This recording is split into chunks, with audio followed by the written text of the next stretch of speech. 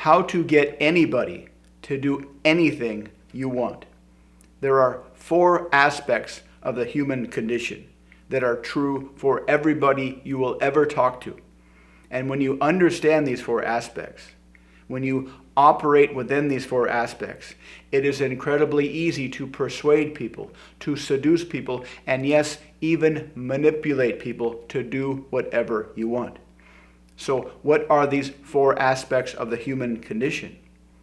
The first aspect is that all people are desire-seeking organisms. All people, we all spend our lives satisfying desires. We satisfy one desire, and then the next desire, and then the next desire. No matter how big of a desire you have, as soon as you satisfy that desire, there will be another desire on the other side of that, and another one on the other side of that, and another one on the other side of that. Life is a non-stop sequence of satisfying desires. We are desire-seeking organisms.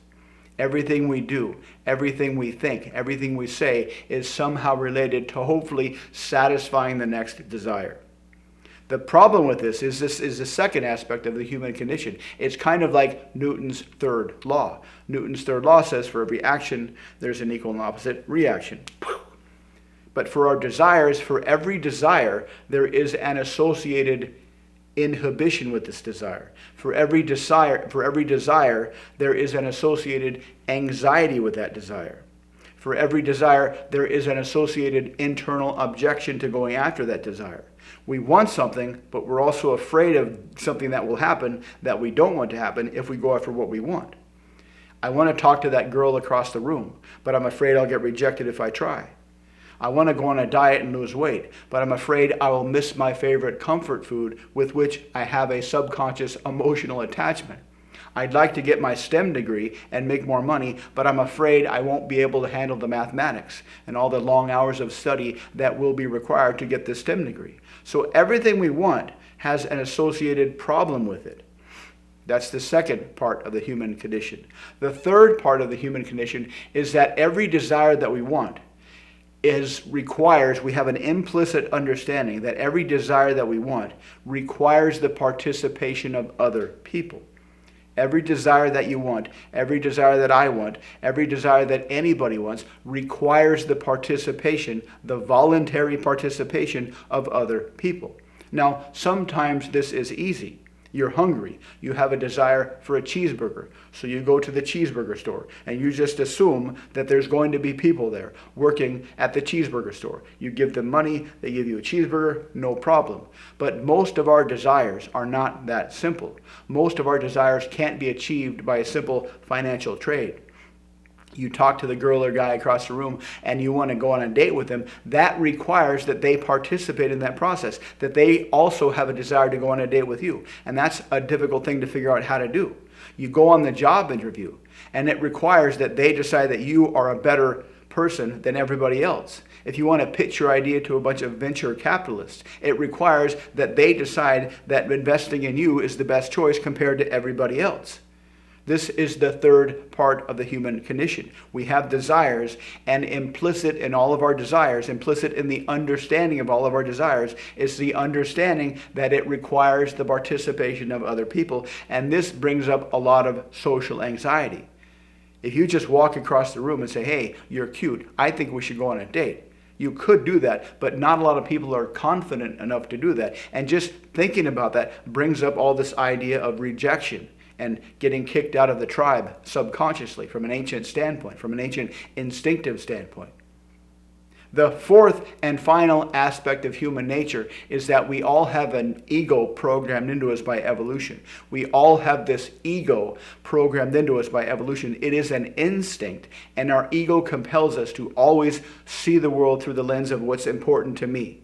My idea is important than every other idea out there. What I want is more important than what everybody else wants out there.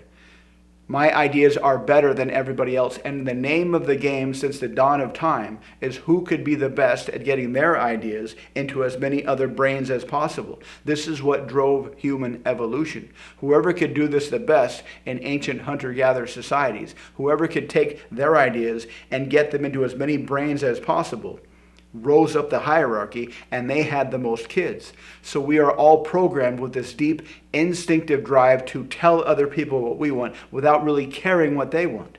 This creates a whole lot of inner conflicts when you think about talking to other people and helping them help you get your desires met. This inner conflict is why there's been so many courses and books and ideas of how to persuade other people, how to get other people to go along with what you want.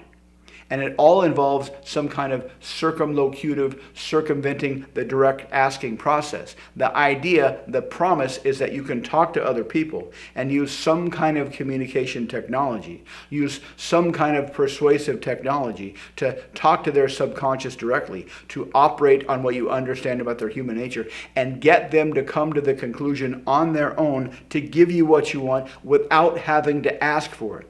This is the holy grail of persuasion. This is why Dale Carnegie's book, How to Win Friends and Influence People, has been a bestseller since the day it was published like 100 years ago. This is why NLP exploded in popularity as soon as it was invented back in the 60s and 70s. The idea is simple. If you can learn how to talk to somebody in a way and operate on their subconscious somehow and get them to come to the decision to help you get what you want without having to ask for it directly, that is the holy grail of communication. To talk to a girl in a roundabout way, talk about stories, beat around the bush, be oblique, and have her develop interest in you without you having to try to ask for that directly. To talk to the job interviewer, the guy that's going to give you a job or not give you a job, and talk to them subconsciously, talk to their subconsciously, leverage all the aspects that you understand about their subconscious and human nature to get them to want to hire you without having to ask for that directly. This is the holy grail so far of communication, of persuasion, because since the dawn of time, the name of the game is who can persuade others the most about their ideas. Who can persuade others that their ideas are better than everybody else's ideas. This has been the contest ever since we started talking to each other and having language and memory. The problem is this is all an outside-in process, or the problem is twofold. The first is it's an outside-in process because any person you talk to and you think, I need to get my idea into their brain, and in order to get my idea into their brain, I need to use all this very clever technology, but they also have that same idea in their brain. They want to get their ideas into your brain. It's always going to be a confrontation. The second problem is when you use this technology, this hypnotic technology, this NLP technology, this kind of Dale Carnegie technology, that takes a lot of brain power. You have to talk to somebody in a way where you manage their conscious minds, you manage their unconscious minds, you pay attention to their emotional state while you're talking to them, you kind of keep track of the language patterns that you're using, you have all these tools in the back of your head and you're spitting them out whenever you need them. It's as brain intensive as learning a foreign language, as talking to someone in a foreign language.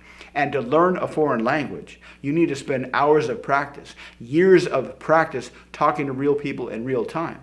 So in order to master the hypnotic powers you can use to get people to do what you want, to have this outside-in approach to hypnotize their subconscious, it takes a lot of practice. It takes a lot of charisma. It takes a very, very strong frame. You have to have massive confidence in yourself. You have to essentially perform like an A-list actor whenever you're talking to someone and hopefully convince their subconscious through all of your language patterns to do what you want to do without you having to ask them. A much easier process is not to circumvent the direct asking process. A much easier process is to temporarily circumvent your own ego. So you don't have to ask them directly. So you get rid of the model that you need to push your ideas into their head. Because if you get rid of the model, once you eliminate the model of taking your ideas and thinking you need to cram them into their head, it's a thousand times easier. But because our ego is programmed into us on a subconscious level, this is a very, very non-intuitive way to talk to people. It's very, very non-intuitive to think if I turn off my ego, if I turn off what I want, that will help me get what I want. That doesn't seem to make sense, but it is incredibly easy. This is how you can easily persuade people without a lot of mental effort on your part, without a lot of need for confidence, without a lot of need for a very, very strong frame. You just turn off your ego and ask them about what they want. You see them not through your own ego like everybody sees everybody else, through their own ego, through what they want. You see them through their ego.